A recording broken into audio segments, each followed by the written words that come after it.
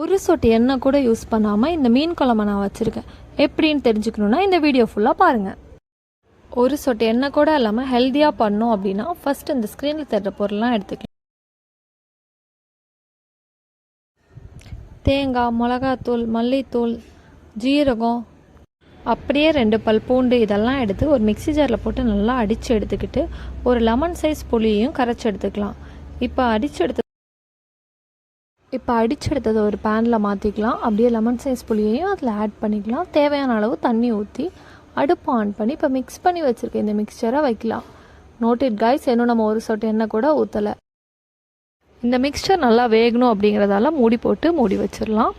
இப்போ நம்ம எடுத்து பார்த்தோம் அப்படின்னா அது நல்லா மிக்ஸ் ஆகிருக்கும். இந்த ஸ்டேஜில் நம்ம கொஞ்சம் முருங்கைக்காய் போட்டுக்கலாம், மாங்காய் போட்டுக்கலாம், அதுக்கப்புறம் கொஞ்சம் சின்ன வெங்காயம் போட்டுக்கலாம், அதுக்கப்புறம் லாஸ்ட்டாக கொஞ்சம் க்ரீன் சில்லிஸ் ஆட் பண்ணலாம். எப்போவுமே மீன் குழம்புல மாங்காய், முருங்கைக்காய் போட்டால் டேஸ்ட் ரொம்ப அல்டிமேட்டாக இருக்கும். நீங்கள் கண்டிப்பாக ட்ரை பண்ணிட்டு எப்படி இருக்குன்னு கமெண்டில் சொல்லுங்கள். இந்த காயெலாம் வேகணும், அதனால நம்ம கொஞ்சம் நேரம் மூடி போட்டு வேக விடலாம்.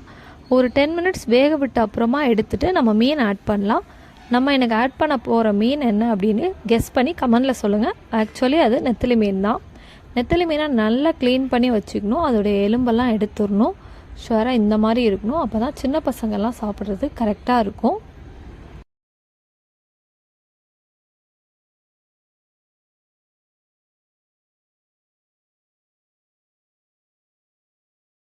ஆல்ரெடி ப்ரிப்பேர் பண்ணியிருக்க பேஸ் நல்லா கொதித்ததும் இந்த மாதிரி ஆல்ரெடி நம்ம க்ளீன் பண்ணி வச்சுருக்க ஃபிஷ்ஷை அதில் ஆட் பண்ணலாம்.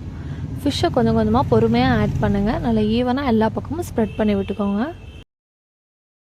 நம்மளோட ஸ்ரீ குட்டீஸ் கிச்சனை எல்லோரும் ஃபாலோ பண்ணுங்கள், லைக் பண்ணுங்கள் அண்ட் சப்ஸ்கிரைப் பண்ணுங்கள். வேறு என்னென்ன வீடியோ வேணும் அப்படிங்கிறத கமெண்டில் சொல்லுங்கள். இப்போ நம்ம எடுத்து பார்த்தோம் அப்படின்னா நம்மளோட மீன் குழம்பு நல்லா கொதிக்கும். கொதிக்கிறப்பவே நல்லா வாசனை வந்துடும். இது மாதிரி நல்லா கொதித்து வரணும். அப்போ தான் மீன்லாம் நல்லா வெந்திருக்கும். நல்லா வெந்த அப்புறமா இந்த ஸ்டேஜில் நம்ம உப்பு செக் பண்ணிக்கலாம். உப்பு நம்ம வந்துட்டு செக் பண்ணுறப்போ மீன் உடஞ்சிராமல் இந்த மாதிரி எடுத்து பார்த்துக்கணும் மீன் வெந்திருக்கான்னு.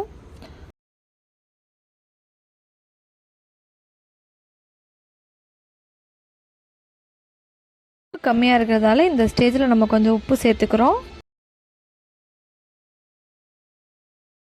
இப்போது இந்த ஸ்டேஜில் நம்ம கருவேப்பிலை போட்டு கொஞ்ச நேரம் சிம்மில் வச்சு மூடி வச்சிடலாம்.